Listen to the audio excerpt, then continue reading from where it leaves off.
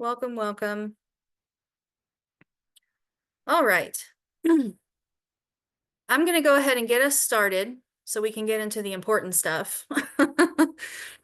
Good afternoon. Welcome to today's webinar, Improving RFPs with User Research, How Summary Sheets Can Improve Solicitations with NASCIO, our friends and partners, and US Digital Response.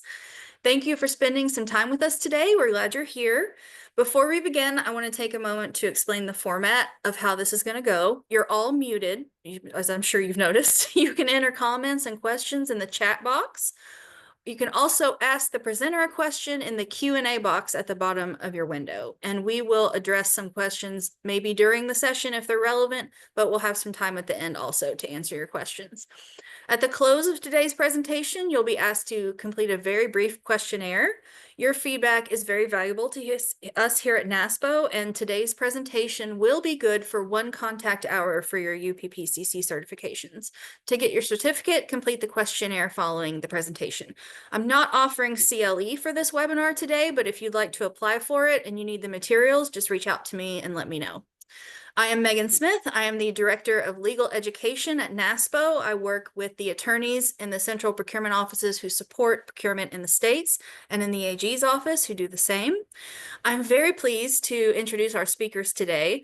We have Waldo Jaquith, who leads procurement work at US Digital Response, a nonprofit that helps governments build modern and resilient technology in the public interest.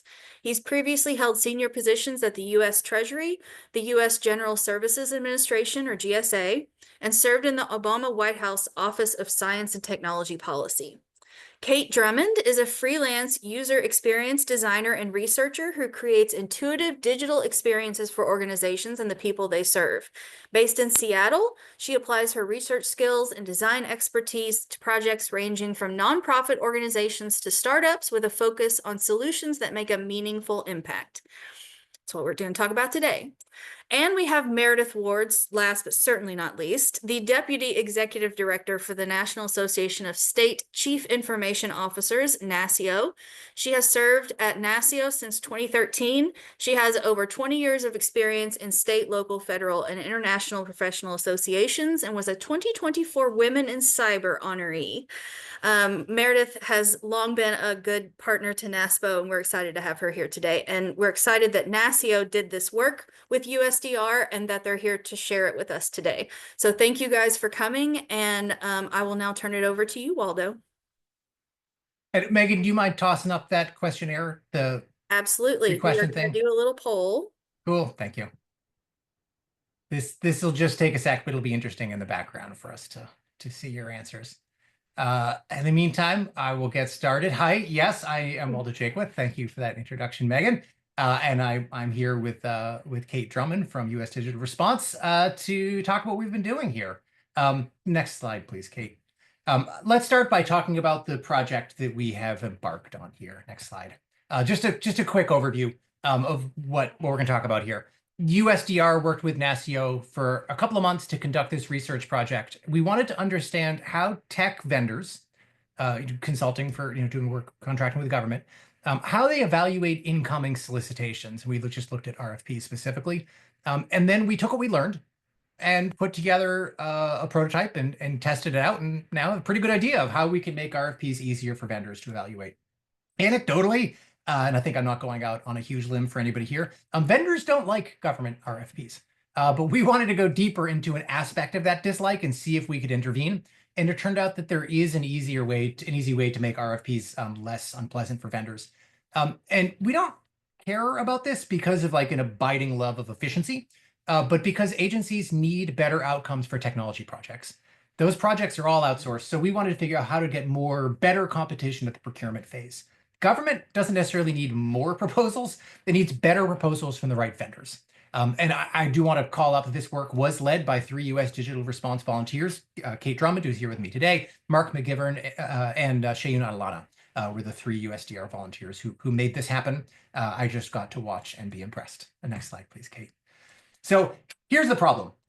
We wanted to go deep on the question of how tech vendors triage new RFPs for IT services. How do they make the initial judgment call of whether a new RFP can be ignored or if it's worth a deeper review. And we figured that if we could learn what vendors look for to make that call, we could propose a way to put that information front and center. Next slide. We wanted to, three things we were looking for here. We wanted to learn how vendors, and not just anybody there, but the frontline staff, the actual people whose job it is to look at new RFPs, not the top person on the org chart. We want to know how they triage incoming RFPs. So we wanted specifically to know what information do they use to make that decision. And we wanted to know how we could then make that process easier for them. And we came into this thinking that RFPs need something like a nutritional label was the shorthand that I was using for it, like you see on packaged foods, but some way to like put the most important information up front. But we didn't know if that was right or what information was actually the most important for vendors. Next slide, please. So our approach was this. First, we worked with NASCIO to survey their corporate members about how those folks felt about the procurement process. And then second, we went deeper, interviewing at some of those vendors, the frontline vendor employees, and had them evaluate a sample RFP while we watched. And again, by we, I mean the volunteers who actually did this work. And finally, we repeated those interviews, but with a new separate group of vendor employees. And this time, we had them evaluate an RFP that we'd secretly modified based on what we learned in the first round of interviews to see if that changed how folks felt about it. Next slide, please.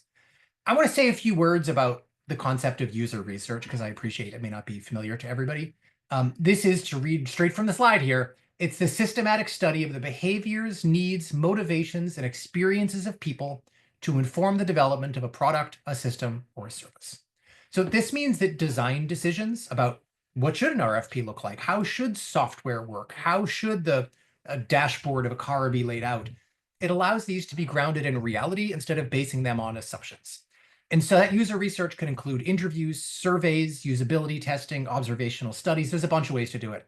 But I want to say what is not.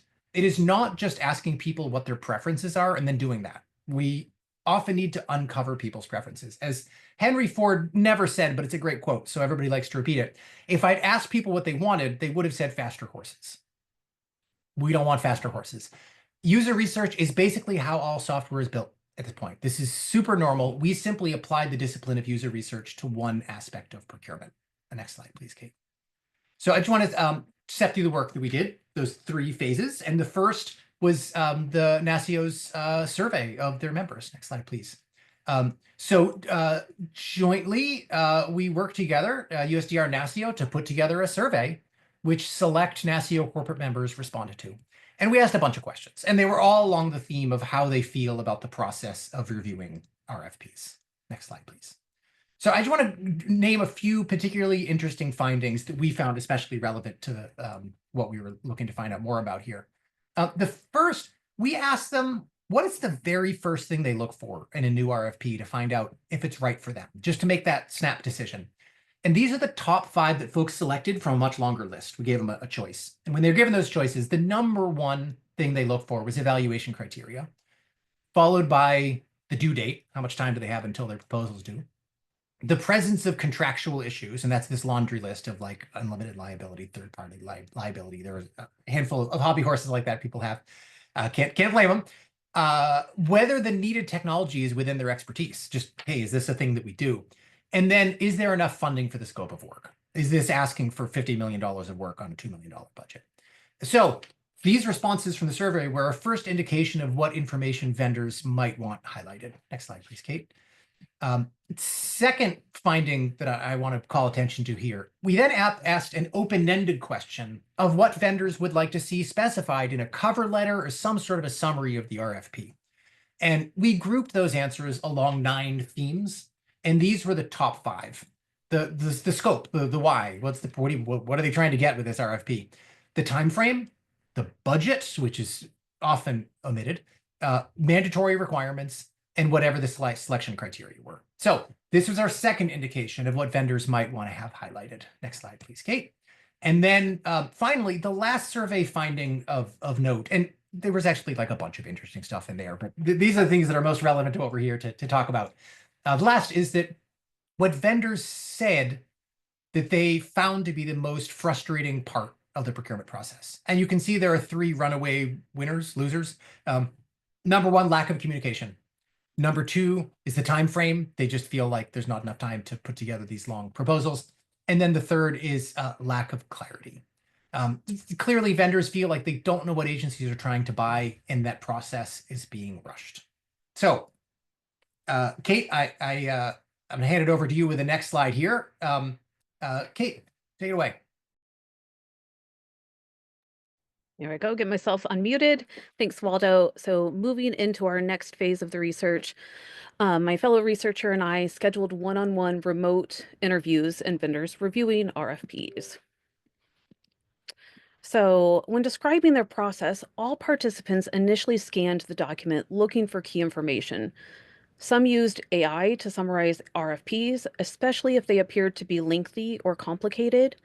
While many others used keyboard shortcuts like Control F to search for key terms that were important for their review process, like budget, or for their organization, like human-centered design or agile. If an RFP looked promising, some reviewers will use an internal decision tool to score that RFP, and others could spend hours reading through one. We also asked participants when deciding to make a bid, what information is important to know, to which they answered clear problem and scope of work, submission criteria, budget, information, project timeline, minimum qualifications. So continuing themes and trends that we uncovered in the survey for information reviewers are consistently looking for. Some of the frustrations when reviewing RFPs is that they are often inconsistent in their formatting or structure, especially state RFPs, and they use complex language. One participant in the research said it's time-consuming just to understand what the structure is and where to look for certain information. Based on the survey findings, vendors are reviewing anywhere from 20 to thousands of RFPs per year. So that combined with complex language and lengthy, inconsistent formats can lead to a single RFP, again, taking hours to read through and sometimes days, depending on their workload. So in the second half of the sessions, we switched our focus to usability testing. We took an actual RFP and had participants walk and talk us through the review. And then just to note, the New York State Office of Children and Family Services was not associated with our research. We only selected this as an example because it was a standard representation of custom software. We asked participants what information would help you decide if the RFP is worth further review and their order of importance. And again, seeing similarly mentioned key information, submission criteria, budget, qualifications, scope of work, and due dates. We also asked participants, how easy is it to find the information you were looking for? And based off of this example RFP, we got a score of 3.4 out of 5. One of the higher scores said, they gave me that calendar up front. Don't bury the asks. Like, okay, here's your calendar. Here's what I need. How many pages I need you to write by this date. So they found it relatively easy to find the information that they needed. On the other hand, a lower score of 2 said it took to get to section 5 before you even knew what the work was. I think it was on page 15 before we even knew it was for a not-for-profit and we weren't even eligible. So when asked what would make an RFP easier for them to review, they consistently said they wanted key information highlighted. One participant said, I think putting all of that, the core information, up front would be helpful, or maybe just putting all of the contractual requirements in a separate volume or appendix. Other thoughts on making RFPs better was having a clickable table of contents. Something that simple would help reviewers navigate RFPs easier. Our participants would like RFPs to be shorter, perhaps easier said than done on that one. But one mentioned if it was maybe 5 pages and not 63, because that's a lot to get through. Our example was actually 71 pages, but as we know, RFPs can be hundreds at times. So once we had a chance to go through all the interviews, notes, and data and look for the trends, we applied the data to a solution.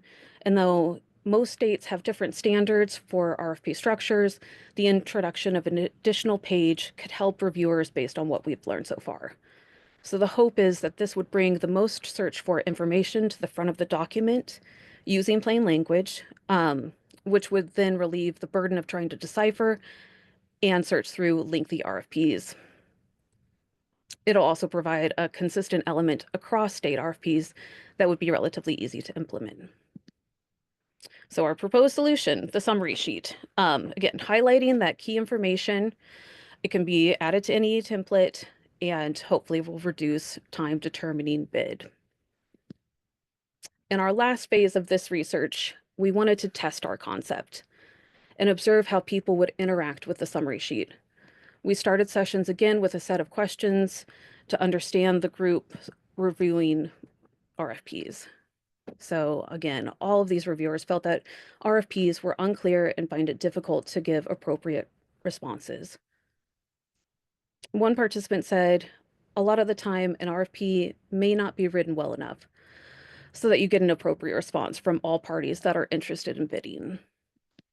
Others thought that RFPs were too prescriptive. One said, you're really trying to answer questions based on requirements versus actually talking about what's best in the market. And then another said, our sweet spot is if a client can articulate to us what they want us to build, and then they don't go into all the hows.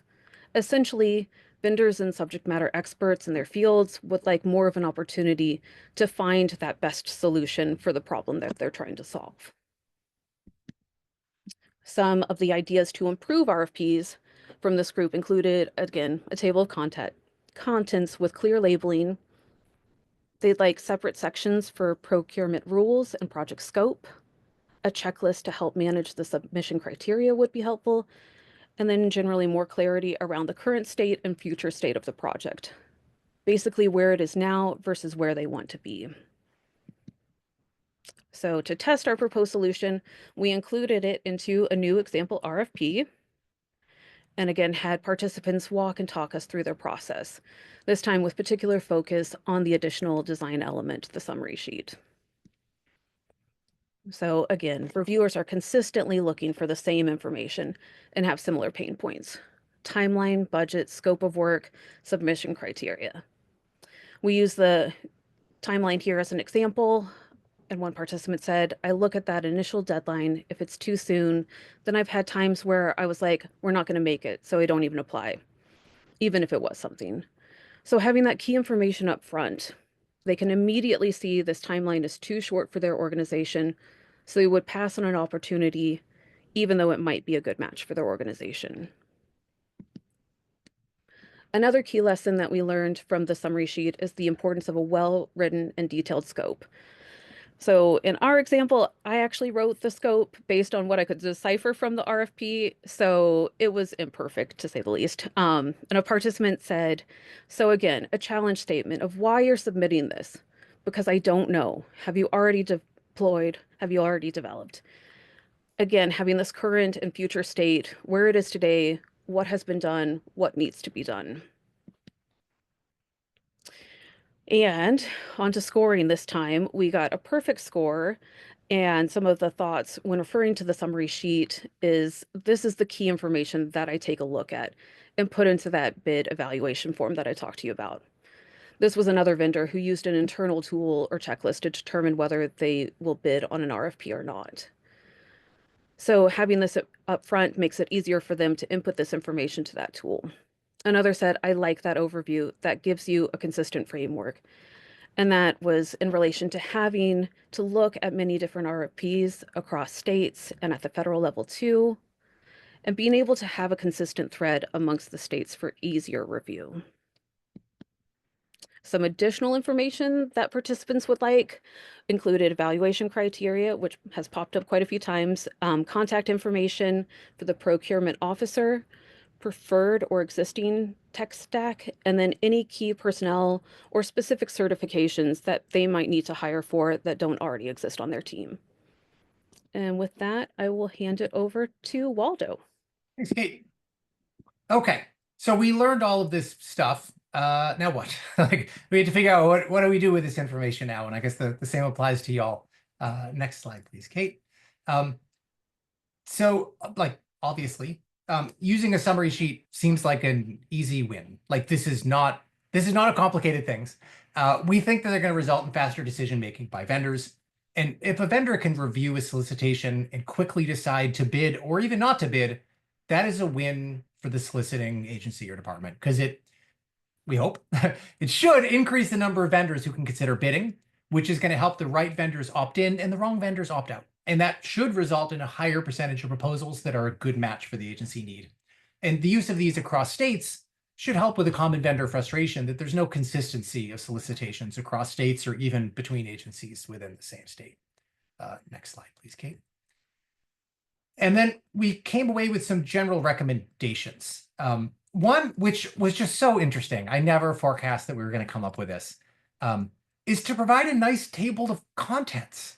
Like, I was never going to come up with this being really valuable, but next slide, please, Kate. This is a useful side-by-side here. And these are both from actual solicitations. We didn't create either of these table of contents. I'm not saying the one on the left is an ideal table of contents, but vendors sure prefer it to the one on the right. They like the larger font. They like the more spacing so that it's not crowded. They like that they can click on the entries and go straight to that section of the RFP. You know, they're all like clickable. And they like the plain language. I mean, look at the one on the right. RRB.A.03A.general RRB provision-3.billing. What is this? Why would you title it that? Nobody asked for that. Nobody wants this. But you don't see that on the left. That is not exactly plain language, but it's way closer to plain language than what we're seeing on the right here. So that was a surprising recommendation. Next slide, please, Kate. Okay, back to the rest of the recommendations. Use plain language when describing the problem that this RFP is meant to help with. That seems like an easy one, but somehow people just want to use the most complicated language they can come up with. Provide a reasonable amount of time for proposals. If you're demanding 100-page proposals, don't expect vendors to have that ready in 30 days. If you want faster proposals, demand less information from vendors. And finally, vendors would really, really prefer, to Kate's point earlier, that you be less prescriptive about what the solution to their problem looks like when possible. They feel that agencies are prescribing solutions in the RFPs, and they think those solutions are frequently the wrong solutions. They want some room to innovate. Next slide, please. I do want to call up the need for additional research. Our work is just the tip of the iceberg. There is so much more research needed in the procurement space, and the application of user research in particular here is it just feels like there's money lying around the ground here that people need to walk around and pick up. Like, there's so many obvious things to look into here. Like, obviously, what is the effect of summary sheets? Like, we can speculate, but it's important to measure. Do they result in fewer bids or more bids or no change? Are those bids higher quality or more competitive? Is the resulting good or service any better? Similarly, what are the basic modalities of RFP preparation across states? Like, what are the different ways that state agencies pull together RFPs? And if we wanted to improve that, does that look like providing industry-specific training to contracting officers? Does it look like developing a baseline set of industry-specific RFP templates, or something else entirely? And the summary sheet that we prepared here for is for the IT services industry. Well, what would they look like for other types of procurement? So figuring that out would just mean repeating our research process here for those industries. It's not difficult, but you know, somebody would have to do it. Next slide, please, Kate. Oh, there is no next slide. We're all done. Yay! End of slides. So there's the overview of our research and our findings. And I hope that you, like me, are left with the conclusion of, okay, well, obviously we should implement summary sheets because that's an easy win, with the curiosity of what else can we do? Surely we can apply this methodology to other things in order to improve the procurement process. And that is something that I'm very enthusiastic about. Thanks, Waldo. I just want to add a couple of things from NASCIO's perspective. First of all, thanks so much to Kate and the other volunteers, and Waldo. USDR brought this idea to us, and I thought, wow, this is really great. You know, I've been working on IT procurement for 12 years now at NASCIO, and there's so many things that cannot be changed easily. You know, we were just having a conversation a few days ago about required terms and conditions. Well, in state government, if you're going to change those, it generally takes an act of the state legislature. So not an easy thing to do. Sometimes policy changes are not easy, changing the hearts and minds, cultural resistance to change. That's not easy. But we thought, this one is really just kind of organizing things in a different way, presenting the information differently. And Megan, I don't know if you can share the results of the poll question that we asked, or, would folks, you think you would find this easy, not easy? So 30% of you said easy. 33% said maybe a little bit more difficult, but only 13% said hard. So we are, excited. That's great.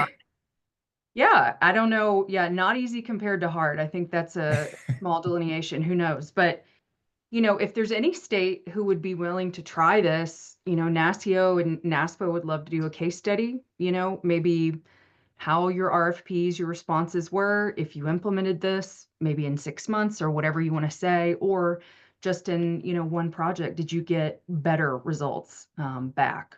I think one thing that states, we forget how much time and how much money that it takes for a company to respond to an RFP. I mean, this could be, we found in our research and previous research, it could take $100,000 in staff time and resources. Don't even get me started on if you have to turn in a paper RFP and it's 40 pounds and someone has to go and turn that in.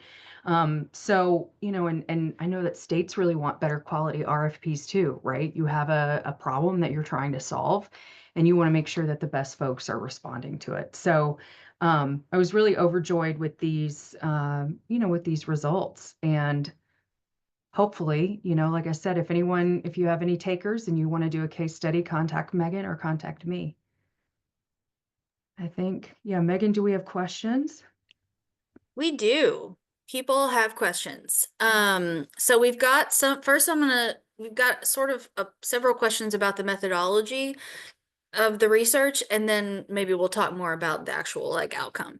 So we've got some questions about what kind of suppliers did you consult with? Did you meet with? Do they only sell to states?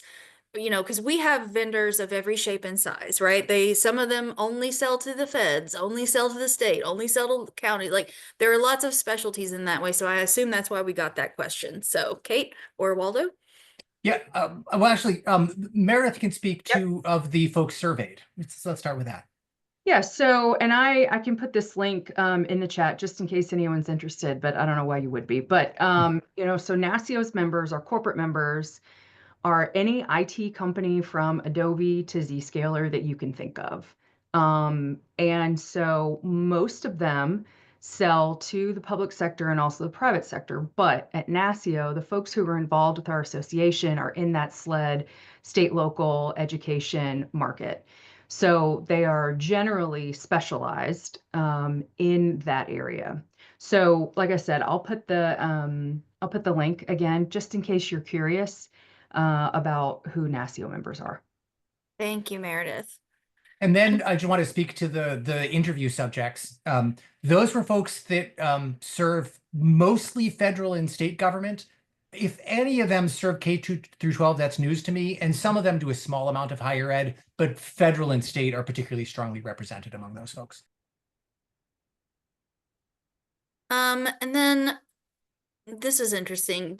Have you consulted with any procurement professionals, Ray the summary sheet, and what have been their thoughts? No, our methodology is what you've heard about so far. We just made this available. We just announced it about 2 weeks ago or whatever. This is our first time talking to anybody about it.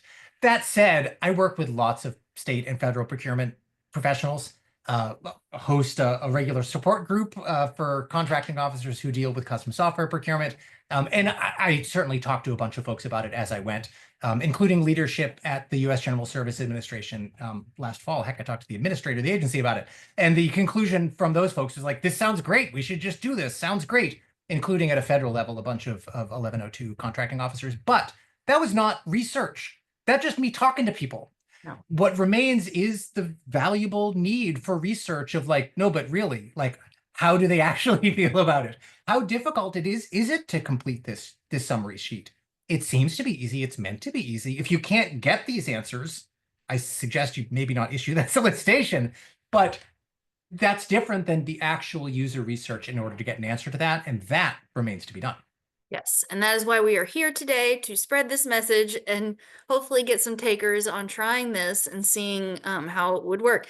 I will say, and I know, Meredith, this is true of your members as well, our members love a concrete, actual thing that they can go and do Right. that will immediately create improvement. This is low-hanging fruit, as I see it, to do that. Now, we did have a question about budget, which I know is something that we talked about when we were prepping for the webinar. So here's the full question. Was there consideration around including budget? Often providing a budget means all the proposals we receive will come back in at that budget. It rarely results in state staff seeing what the actual cost of a project is as viewed by the vendors responding. So I'll take a stab at that. And yes, 100%. And again, we are sharing, I'll caveat this. We are sharing what our private sector folks told us that they want. That doesn't necessarily mean that we think that it's realistic, because absolutely, you say our budget's 5 million, and strangely, all the bids come in and they're close to 5 million.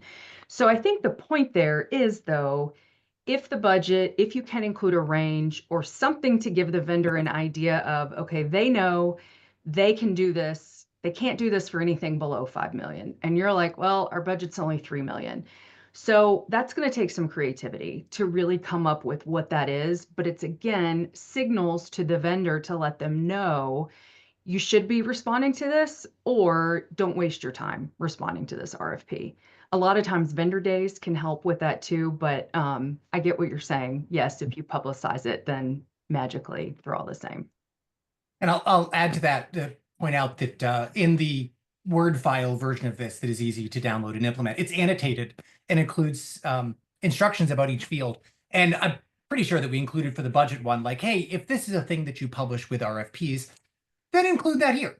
And if you don't, or if it doesn't make sense, then don't. I want to double down and bear this point that, like, this is what vendors are asking for. This is what vendors say makes it easier for them to evaluate solicitations. Okay. Often the way that I want to work, like for instance, for custom software projects, I want those to be time and materials. Vendors don't want that. Vendors want firm fixed price. Okay, I don't care what they want. I want time and materials, because that, on a well-managed project, is a better use of government money. We don't have to do what vendors want, but it is really valuable to know what they want. I'm going to add there, I Yes. think a lot of them would like more communication too, just in general. So having more of the request for information, those things up front, and starting the conversation about some of these RFPs earlier with the vendors might help that as well. Yeah, we at NASPO think Q&As and RFIs are excellent, and that's a great thing to do, especially before a complex procurement, to hear from the supplier community without those constraints on them, so that they can tell you, what do you think about the liability of this project? You know, what are the risks involved? They may be able to show you risks you didn't even know existed and assure you that some that you're concerned about won't be a problem. So that initial part is super critical to that. And I think that that RFI Q&A process would lead into the information you would put in the summary sheet, right? Yeah. We also got this interesting. What percentage of suppliers will still respond to a poorly written RFP? So we didn't ask that question, but Waldo, I want to think. I suspect that these are going to be smaller vendors. So there's a balance here, right? Because, we've talked about this in the past. Larger vendors, they might not bid on something because they have way too much to lose. Smaller vendors might not bid on something because if they lose it, they lose it all, right? So there is a sweet spot. But I suspect that folks who have very large procurement RFP teams are not responding if things are not clear. Now, it might mean that if there's a question and answer period, or they can get more information, they get some clarification, that's fine. But I'd be interested, our procurement folks, I don't know. What do you all think about that? Or it was anonymous who asked that question, so we don't know if it was a vendor or a state person. Yeah, please put your questions in the Q&A or in the webinar chat. That's fine too. We have plenty of time for discussion and questions. So if you see an issue, please point that out. Like that's what we're here for. So send us your questions and comments. Megan, I want to speak to that Yes, question please. as well. Um, for enough money, they'll respond to any RFP. But the particular part about poorly written, to Kate's point about lack of communications being a real problem, is what concerns me about a poorly written RFP is if it's not adequately communicating exactly what it is that the agency or department is trying to procure. That is communicating uncertainty. And the best way for vendors to deal with uncertainty is to increase their price. So at that point, for vendors, it's not a question, it's less likely to be a question of, do we bother with this? It's a question of, by how much do we increase our bid to deal with the uncertainty of having to bid nothing that is not described adequately? In my time at Treasury, I saw many RFPs that my office at OCIO would review and approve before they could be published, particularly from IRS. And most of the time, more than 50% of the time, I would review the solicitation and have absolutely no idea of what they were trying to buy. I don't know. And the list of deliverables, more than half of the time, did not include these. This is for big software projects. The list of deliverables did not include software. Wasn't on the list. Reports, lots of reports, Gantt charts, requirements traceability matrices, but they would forget the software part. This is grim.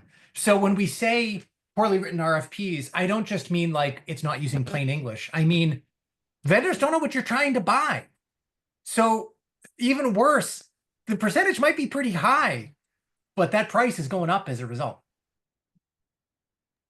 A great point. And the longer time they have to spend figuring that out, they're going to factor that in as well. Yeah. I do have some numbers from the survey. So Please. on average, all of the vendors surveyed review 1,006 RFPs per year. We know that can vary quite a bit between company to company. So on average, 275 of those they will actually bid on.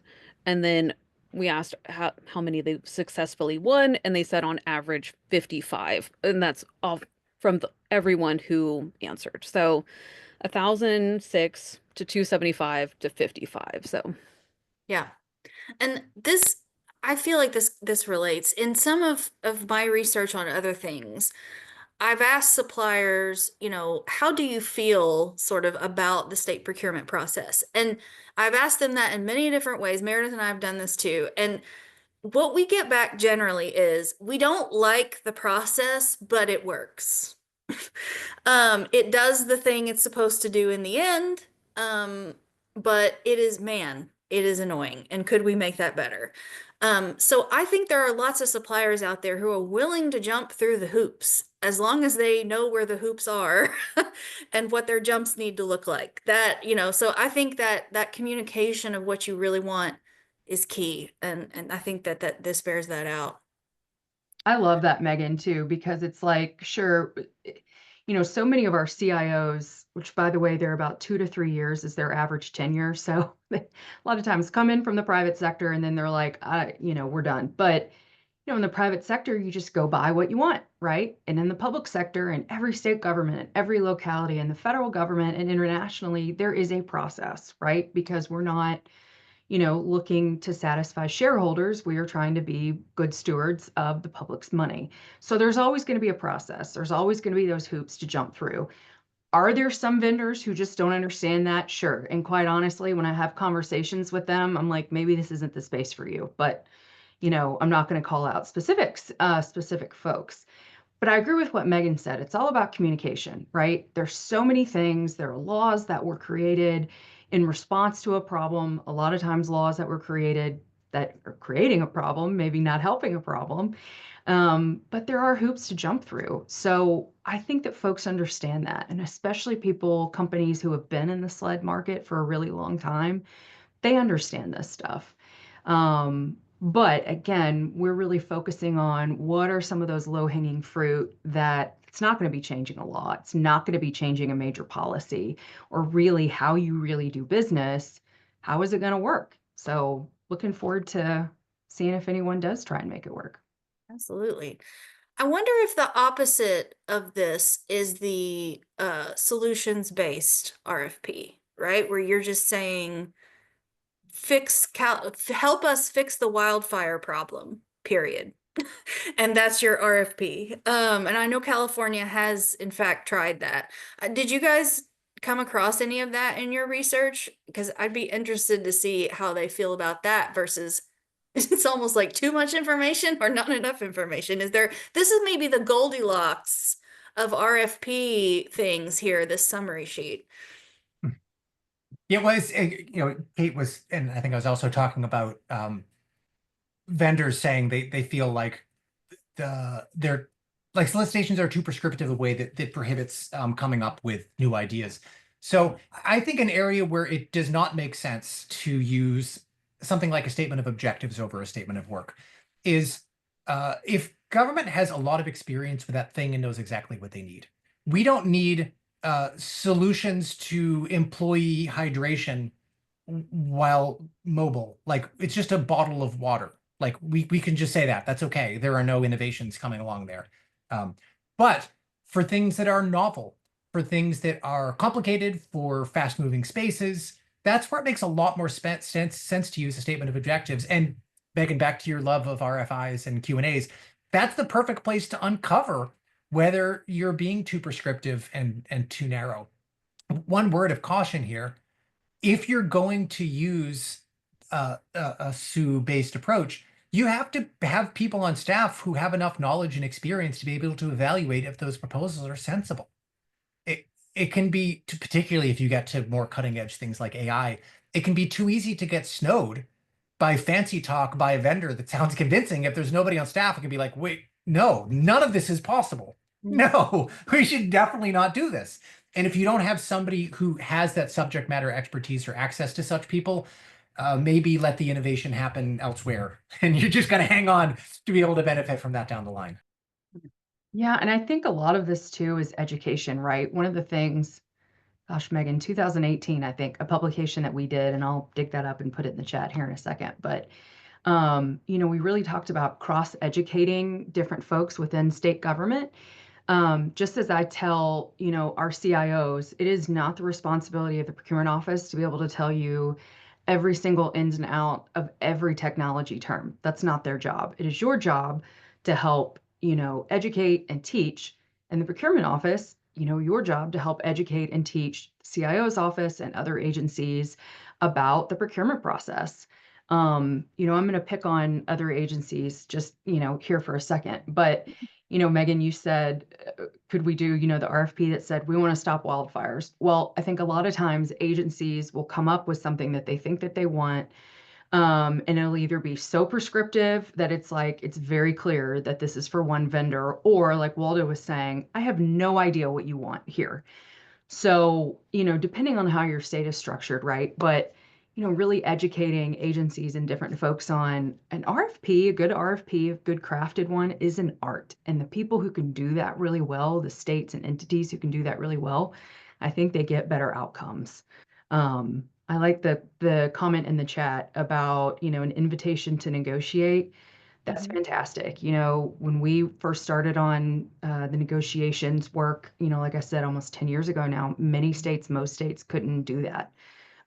So glad to see that. And while someone else is talking, I'll put that publication in the chat. Yes, thank you, Meredith. Speaking of AI, in the procurement space, when we talk about AI with our members, there's two different things we talk about. We talk about procuring AI for use in the state, and then we talk about using AI to do the procurement itself. So I just want to differentiate between those two things. And so, Waldo, maybe you guys could talk a little bit about using AI in the procurement process to review solicitations and what you guys learned about that in your research. Kate, could you say a few words about what you had observed and what folks told you about their use of LLMs? Yeah, it wasn't a majority, but there were quite a few interview participants that mentioned that they don't even read it at first anymore because of how many they're looking at, that they'll just go straight to whatever their tool of choice is and plug it in and have AI spit out a summary. And they'll start there just because they're so overwhelmed with the sheer number that they're reviewing. So we didn't go into super specifics about it, but it was an interesting tidbit to learn about. And I got to go in depth with one one vendor that we reached out to that was willing to be interviewed. The president of the company emailed me and said, "Hey, I'm going to join that interview." And I was like, no, please don't do that. We're not going to get correct answers, but I would like to talk to you separately so that he would feel heard. But it was actually really very useful. I'm glad that I did it because I asked him about their use of AI. And this is a smaller vendor. I think it was a couple hundred of employees, compared to much bigger tech vendors. And the point he made, which I found compelling, is he thinks that large language models in general are junk and that they produce junk. However, as he put it, agencies want us to give them 100 pages of junk. I think he used a ruder term in the form of a proposal. So why shouldn't we generate that automatically with a machine that is very good at making that stuff? And he said it's not that they're just having AI generated proposals and turning those in, it's how they're generating their first draft. And his point was that as a smaller vendor, they need to level the playing field with much bigger vendors. They don't have the capacity to write a 100-page proposal. They can't turn out even the 55 proposals a year that is the average Kate mentioned. That would be a lot for them. But if they can use AI to be able to speed up the review of solicitations and the preparation of proposals, then they're going to do that. And the results are not great, but for them, it's better than not doing it. That seems like a good summation of AI at this point. It's not great, but people think maybe it's better than not. We'll see if that assessment holds. Well, and every time I hear talk about AI, someone has to say this: garbage in, garbage out, right? Right. So if it's a bad RFP, you're not going to get a good summary out of it. And one thing, Kate, when you were talking about some of them using Control F, like the lawyer in me just screamed because, oh my God, you have to read the whole thing. You have to read every word. And also what concerns me about that is, are you using different terms that they're not searching for? Like every state has a different term for a thing, and that gives me heart palpitations. I will say, I think I mentioned budget, and they will use just the dollar sign to just jump to anything. Yeah. And this was a shortcut. They will go through and read it all, but to get to those key points that they need to know quickly, whether to continue on or not. Yeah, Control F. What else were they searching for, Kate? Again, agile, human-centered design, depending on the type of agency that or organization that they are. But yeah, budget, the dollar sign was a common one. Yeah, those terms, scope, they would type in, or yeah. I bet they're looking for unlimited liability and third-party liability. Yeah, Just a hunch. Yeah. Yes, probably. I definitely heard those terms as well. Don't get me started on that. We got to Yeah, limit that's a whole other hour of webinar. other Oprah show. But what we will say is that up front, just like the summary sheet, saying your non-negotiables up front, even putting your non-negotiables on the summary sheet, would be an excellent idea that we would all agree with. Absolutely. And I think if we could go back to like talking about generative AI. So I am curious from the state folks who are on, I've heard some states are requiring vendors to say, did you use AI to create this RFP? And I think, so if your state is, if you want to put it in the chat so we can see it, that'd be great. But I think, what Waldo said, there's a difference between, okay, using generative AI to come up with a template and a start, fine, right? In every case of using generative AI, I will say again that you have to check it, right? The tools are getting better every single day. But I remember when we first, 2.5 years ago, put things in Gen AI, it was like, this is not accurate. It's very funny. But it's changing so rapidly, the technology is, that those things are clearing up. So if vendors are telling you that they're not using it, I'm going to tell you that they're lying to you right now, because I know that most of them are. But again, I think saying, yes, we have used generative AI, or we will, whatever, I think that's not unreasonable to say. But it's also will be pretty obvious to you if they use generative AI and no one checked it. Maybe we should create a website full of bloopers or something like that. So Hallucinations are us. hallucinations, send those in to me and Megan so we can laugh about it if you want. But Yeah. With colleagues, just last week, we were preparing a pitch to a funder, and I had included in rough notes for the pitch how our services, how they were valued in the market, what we as a nonprofit provide for free. One of our partners had recently said they'd spent $2 million to get a worse version of that, which blew my mind. A colleague took that rough document and ran it through Claude or something to generate a pitch, and it turned that into a quote, a manufactured quote from that person, as if they actually said that about us, some sort of an endorsement. They said nothing of the sort. We caught it. It's fine. But Wow. that was a new category of AI error for me, is that it can take something in passing and make it look much more official and real than it is. yeah, absolutely. I put something in the chat. One of my favorite Gen AI tools is AI for Busy Readers. It's from a man who is a professor at Harvard, and it's called Writing for Busy Readers. So a lot of times what I tell even folks on our staff, like, I don't know if you all have gotten, an email and then it's like 4 paragraphs later and someone actually says what the ask is. And I'm going, oh my God, because Megan, I am one of those people who will read everything, but I get mad about it before I get there. So, I'm interested, put an RFP, what you have, put that in a Gen AI reader, put the email or the message that goes out on your procurement portal, run that through and see, is there a better way to get more of your, like Waldo says, your pertinent information up front? What an excellent exercise for you in the procurement office to make sure that the RFP has all the information it needs to make a summary sheet. I sort of feel like An NASCIO Gen AI. Why don't you create that, Megan? Just so I'll work on that. for RFPs. Yeah.